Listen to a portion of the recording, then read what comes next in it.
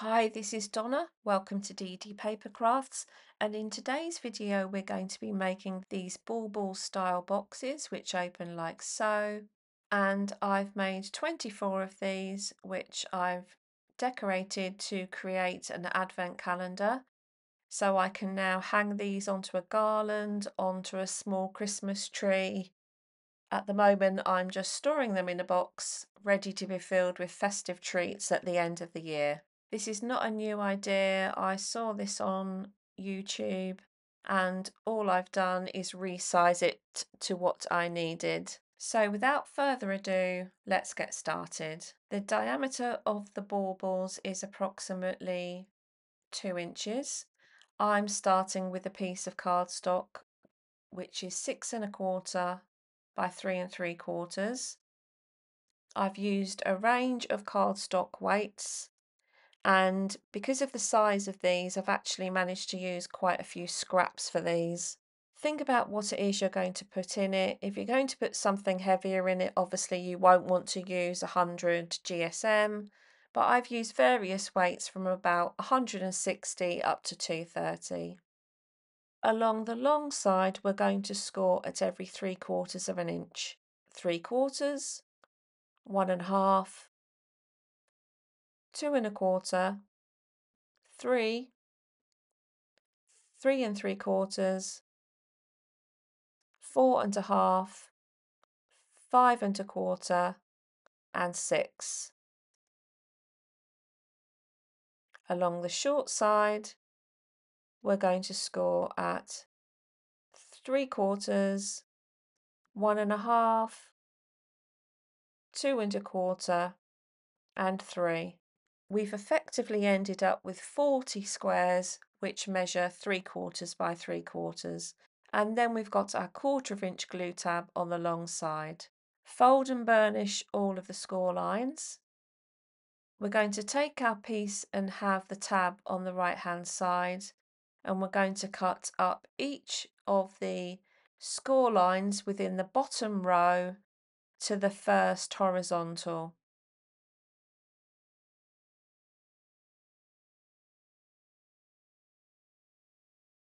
Just rotate and do the same on the other side.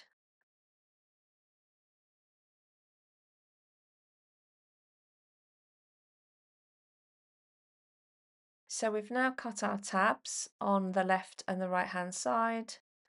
We've got our 1/4 inch tab facing us, and we're going to cut through to the end of the glue tab and remove that rectangle and just wedge the corner.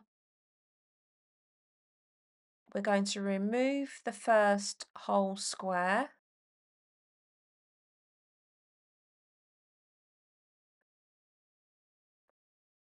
I'm going to fold forward the next whole square and remove the next square, square number 3.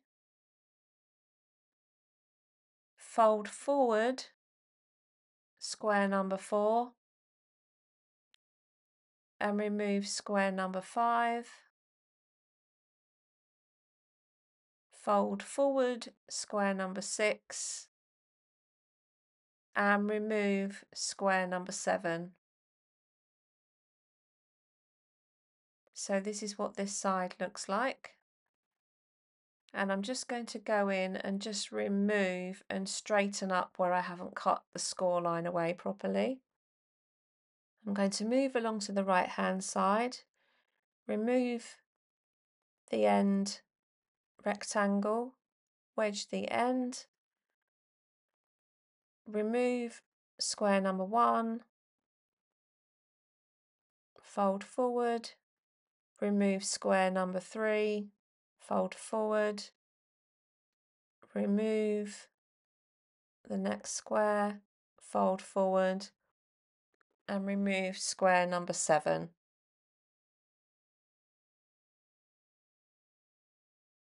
And again, I'm just going to go in and tidy up and remove any score lines I've left behind. So this is how our piece looks. Fold in the squares. And I'm at this stage just going to go in and On the sections where the squares have been cut away, I'm just going to tidy up so that it sits nice and straight where I haven't cut it as well as I should have done. Place the piece into the scoreboard with the squares folded underneath, and we're going to now add in our notches for our additional score lines. With the 1/4 inch tab on the left hand side, and you can make a mark with a pencil or a score tool, we're going to make a notch at 5/8 of an inch, 2 1/8 of an inch, 3 5/8 of an inch, and 5 1/8 of an inch. So we've effectively made a notch which splits the square in half. Rotate so the tab is now on the right, and we're going to put in a notch which is opposite the notch which we've made. So our first one is at 1 1/8, 2 5/8, 4 1/8, and 5 5/8. So you can see we've got a notch in the top square which is opposite a notch in the bottom square. Fold your squares back out. Take a score tool and a ruler, and with each of the squares that has a notch at the top, we're going to score from the top of the notch diagonally to the bottom corner of that square. Place your stylus on the notch, line the ruler up with the bottom corner of that square and score.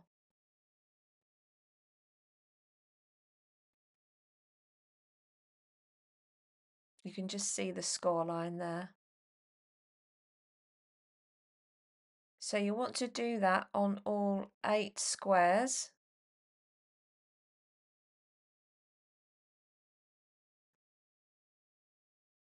So this is our piece with our additional score lines. We're now going to work our way along and valley fold the diagonals. Now, depending on the weight cardstock you've used, you may be able to do this with your fingers, or you may want to go in and using your score tool. So work your way through the 8 squares, but take your time with this. The better burnish you get, the better your ornament will look.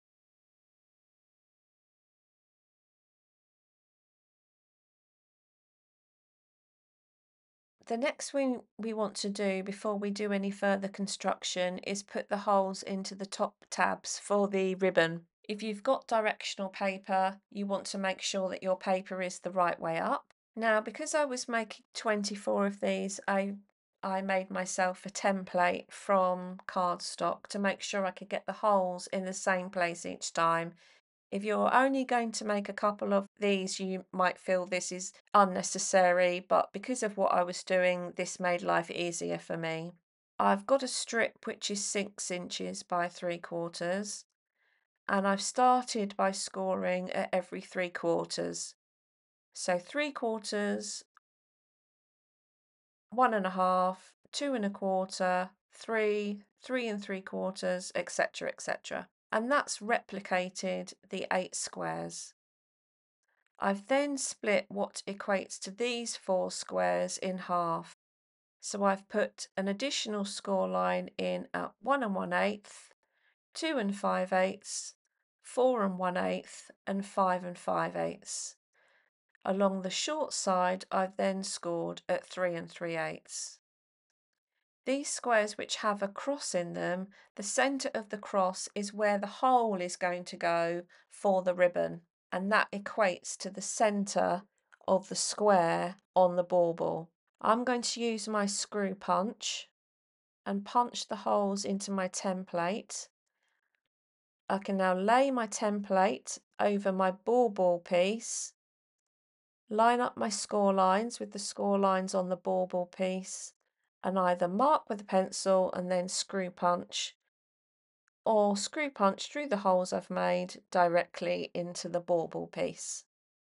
So I'm going to screw punch through my template. So these holes are where the ribbon loop will go and are in the centre of each of the squares. Fold the piece gently so that the outer pieces are pointing downwards and this centre piece is more upwards. Add glue to the glue tab, fold the piece over and fold over the outer edge.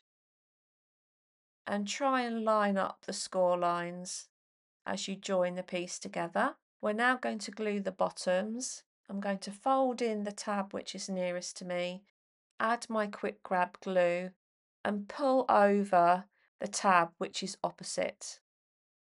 Get those lined up sitting on top of each other and make sure it's squared off. I'm going to push in the triangles of the next section which will push in the tab. I'm going to add glue to the top of the tab or the bottom of the tab and then fold that over the top. You can see that's created this triangular look. Again, push in the triangles at the side which will fold the top tab forwards. Add my glue and then sit that on top. And that is the bottom secured. I'm just going to go in with my finger and just push from the bottom and push from inside just to make sure they're in place. So that's the bottom half of the bauble. I'm going to just fold in the tabs at the top and just go round and just burnish those down. That just helps you get a neater look at the top of your bauble. I've created a ribbon loop, and this was a piece of ribbon which is 8 inches long. Obviously you can use ribbon, string, cord, whatever you so desire, and I'm going to feed this through the first hole,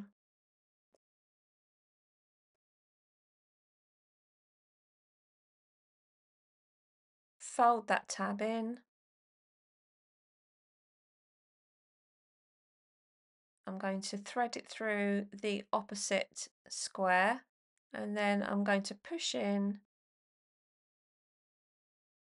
the sides so that they start to come together, and you can see that the tabs are starting to come together.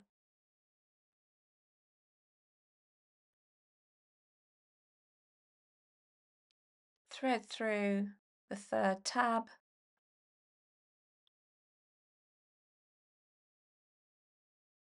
You can see that pushes together, and then push the final triangles in and thread through tab number 4. So here is our completed bauble.